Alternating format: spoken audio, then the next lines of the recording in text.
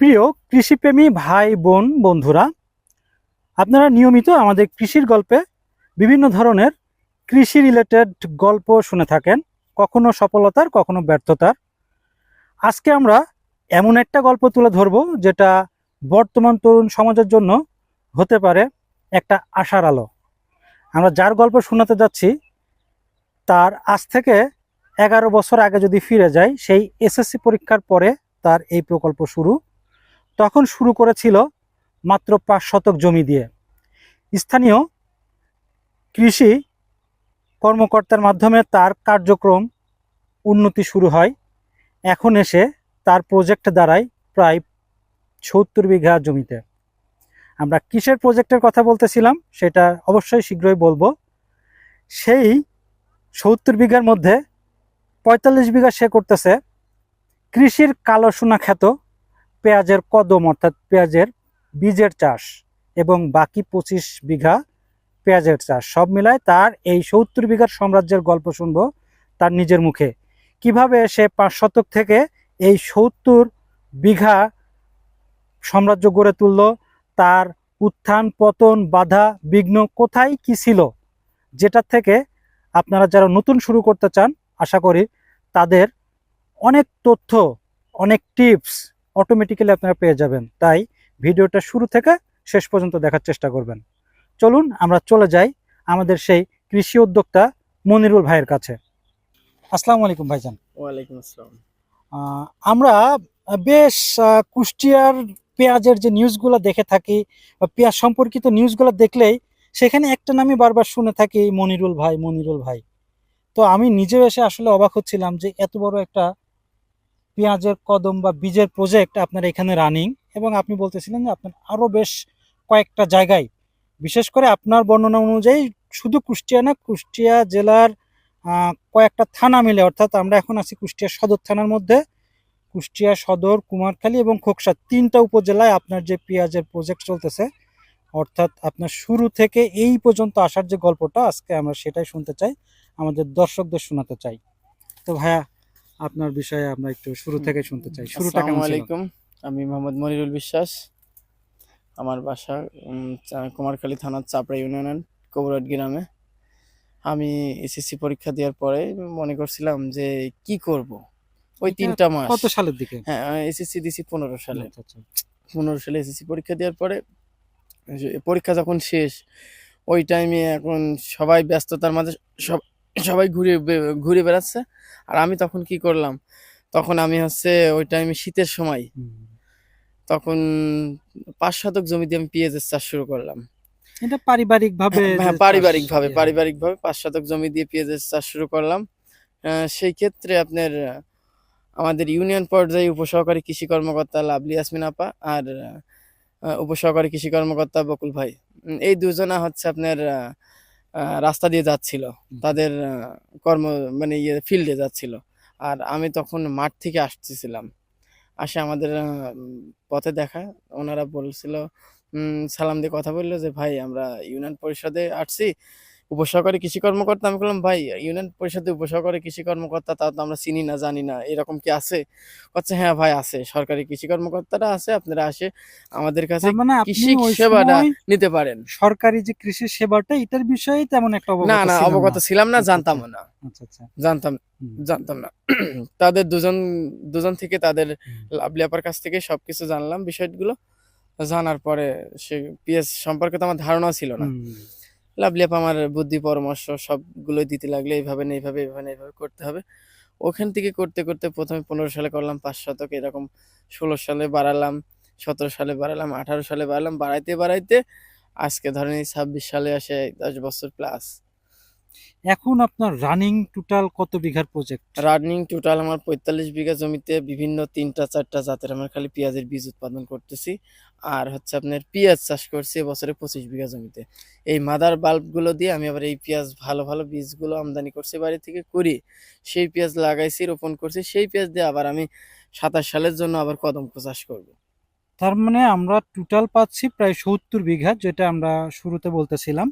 তো এই 70 বিঘা চাষ করতে গেলে তো হিউজ একটা অর্থের প্রয়োজন। এক্ষেত্রে আপনি তরুণ বয়সে, এখন তরুণ থেকে যুবক হইছেন, এখন এই মুহূর্তে আপনার যে অর্থনৈতিক সাপোর্টটা আপনি কিভাবে ম্যানেজ করতেছেন? এখন অর্থনৈতিক সাপোর্টটা আমার হচ্ছে ন্যাশনাল ব্যাংক থেকে কৃষি লোন কিছু আমাকে দিয়েছে, ওয়ান ব্যাংক থেকে এটাও আমাকে তো কিছু মনে হয় দিয়েছে। উপজেলা কৃষি সম্প্রসারণ হ্যাঁ দপ্তরের উপজেলা, মাধ্যম দিয়ে, না? হ্যাঁ উপজেলা কৃষি সম্প্রসারণের অফিসারের মাধ্যম থেকে আমি এই লোনগুলো কৃষি সম্প্রসারণ আচ্ছা। থেকেই কিছু, মানে 3টা ব্যাংক থেকে আমি কৃষি 4% এর কিছু লোন পাইছি, সে তাদের অর্থায়নে আজ এই তার পর্যন্ত মানে যেতে আমরা পারছি। আমরা যে ভুল ধারণাটা নিয়ে সমাজে চলি যে কৃষকের জন্য ব্যাংক লোন নাই, কিন্তু আসলে যারা প্রকৃত কৃষক এবং যারা প্রকৃতভাবে কোনো কিছু করতেছে তাদের জন্য সুব্যবস্থা আছে, কিন্তু আমরা হ্যাঁ সুব্যবস্থা আছে, সেই জায়গাটা পর্যন্ত পৌঁছাইতে পারি না, এটা আমাদের সেই একটা জায়গাটা পর্যন্ত আমরা পৌঁছাতে পারি না, এক। আর দ্বিতীয়ত মানে ব্যাংক তো লোন দেওয়ার জন্য বসে হুম, আছে, ঠিক ব্যাংক লোন কাকে দেবে? সেই ব্যাংক তো প্রপার বা সেই প্রপারটা থাকতে হবে। আচ্ছা আচ্ছা। তো এখন এই যে আমরা যেটা শুনতেছিলাম যে আপনার প্রায় 45 বিঘা মতো যে পেঁয়াজের কদম, আনুমানিক আপনার বিঘা প্রতি কতটুকু বীজের আশা করতেছেন? আনুমানিক এবছরে শিল বৃষ্টি হওয়ার কারণে আনুমানিক একটু ফলন কম হবে, ঠিক বীজের কোয়ালিটি মান একটু ভালো আছে, আচ্ছা আচ্ছা। তাতে পার বিঘা জমিতে আপনার হচ্ছে 160 কেজি করে বীজ আশা করা যাচ্ছে, আর যদি 150 থেকে ওয়েদার 60 যদি কেজি। ভালো থাকতো 180 কেজি পর্যন্ত বীজ হতো। তাতে আমরা একটু আগে ক্যালকুলেট করতেছিলাম প্রায় 3 কোটি টাকার উপরে, প্রায় 3.5 কোটি টাকার আশপাশে একটা ব্যাপার আসে। এখন যদি ওয়েদার ভালো থাকে, যদি মানে আমরা এই বাদ বীজটা, দিলেও হ্যাঁ প্রায় 3 কোটি টাকার, এই যে প্রায় আপনার আমার এই আপনার বয়সে। প্রায় অন্তত এই বছরে প্রায় 70 লাখ টাকার উপরে আমার খরচ। আচ্ছা, এই যে 70 লাখ টাকা আমি ধরলাম, আরো আপনার আনুষঙ্গিক দিয়ে আরো ধরলাম 30 লাখ, 1 কোটি টাকা খরচ, আরো 2 কোটি টাকা আপনি মানে এখান থেকে আপনার বেনিফিট আসতেছে। তো এইটা আপনার ভবিষ্যৎ পরিকল্পনা হিসাবে আমি মানে আমার জানতে ভবিষ্যৎ চাচ্ছি কি পরিকল্পনা হিসেবে রয়েছে আপনার বড় আকারে একটা প্রজেক্ট করা। এগ্রো হ্যাঁ প্রজেক্ট। এগ্রো একটা প্রজেক্ট, আমার একটা পেজ আছে, ফেসবুক পেজ, পেজের মানে আমার একটা বিশ্বাস সিড এগ্রো দিয়ে একটা পেজ আচ্ছা খুলছে। আচ্ছা আচ্ছা আচ্ছা। ভাই, আমরা শুনতেছিলাম যে আপনি ভবিষ্যতে বীজ নিয়ে কাজ করতে চান। আমরা আপনার বীজের যে কোয়ালিটি দেখতেছিলাম, মাশাল্লাহ, মানে প্রত্যেকটা ফুলের সাইজ আমি যদি হাত দিয়ে ধরতে চাই আমার হাতের মধ্যে আটে না। তার মানে আমরা আশাই করতে পারি যে এটা উৎকৃষ্ট মানের একটা বীজ আমাদের উপহার দিবে। তো আপনার ভবিষ্যৎ পরিকল্পনা যেটা বলতেছিলেন সেটা সম্পর্কে আমরা একটু জানতে চাই। আমার ইচ্ছা আছে যে কৃষকের দোরগোড়ায় হুম, ভালো মানের সর্বোচ্চ ফলনশীল বীজ হুম। বাইরে থেকে ইনভলভ করে নিয়ে আসে, আমাদের দেশের মানে অল্প পরিসরে নিয়ে এসে। আবহাওয়ার সাথে হুম, ম্যাচ করে, যাতে যেই বীজগুলো টিকে, হুম। যাতে ফলনশীল উৎপাদন করা সম্ভব হয়, সেই বীজগুলো যেন আমি যেন কৃষকের দোরগোড়ায় পৌঁছায় দিতে পারি, এটাই হচ্ছে আমার বড় আশা আছে। এই ধরনের প্রজেক্ট যারা শুরু করতে চায় তাদের বিষয়ে আপনি কি ধরনের উপদেশ দেবেন? যেমন আপনার শুরুটাও কিন্তু ছোট থেকে ছিল। যে কোনো পরিসরে ছোট থেকে বুঝতে বুঝতে আস্তে আস্তে কিন্তু বড় হয়, হুম, আর ঝুঁকি না নিলে জীবনে সার্থকতা আসে না, জীবনে এটা তো ঝুঁকিটাই আসলে মূল বিষয়। বিষয়। আহ, যদি ধরেন কোনো কৃষক বা কোনো তরুণ, আমি তরুণই ধরবো, যারা নতুন শুরু করতে চায় তাদের যদি কোনো পরামর্শ লাগে বা কোনো সহযোগিতা লাগে, কারণ আপনার যেহেতু বাস্তব অভিজ্ঞতা আছে, মাঠের অভিজ্ঞতা, সেক্ষেত্রে আপনার পরামর্শটা কি হবে? আমি সবাইকে বলবো, যারা এগুলো করতে চায় ঝুঁকিপূর্ণ ক্ষেত হুম, ফসল, যে কোনো কাজ, যে কোনো বিষয় করার আগে 7 বার ভাবতে হবে যে আসলে আমি এই কাজটা পারবো কিনা। সবাই পারবে, মনোবল, শক্তি, আবেগ, এগুলো দিয়েই কিন্তু সম্ভব। তার মানে লেগে থাকাটা শেষ হ্যাঁ পর্যন্ত লেগে লেগে থাকাটা থাকতে শেষ হবে। পর্যন্ত সম্ভব। হ্যাঁ অনেকেই বলতো যে আমাদের কুষ্টিয়ার মাটিতে নাকি এই পেঁয়াজের বীজ উৎপাদন করা হুম। সম্ভব না, কিন্তু আমি তো করে দেখাচ্ছি, 100% এবং বীজ এবং হবে। একটা দুইটা না, মানে আমার এইখানে দেখে আমি অবাক হচ্ছি, আপনি আরো 2-3টা মাঠের কথা বললেন, হ্যাঁ, আমি এক একটা জাত এক একটা মাঠে করতেছি, কি করতে একটা জাত যাতে যাতে কোনো জাতের সঙ্গে, ভেরিয়েশনটা হ্যাঁ অ্যাড হয়ে ভেরিয়েশন না যাতে যায়। অ্যাড না হয়ে যায়, যাতে আপনার যাতে আপনার পলিকরস যাতে হুম, না হয় আর কি।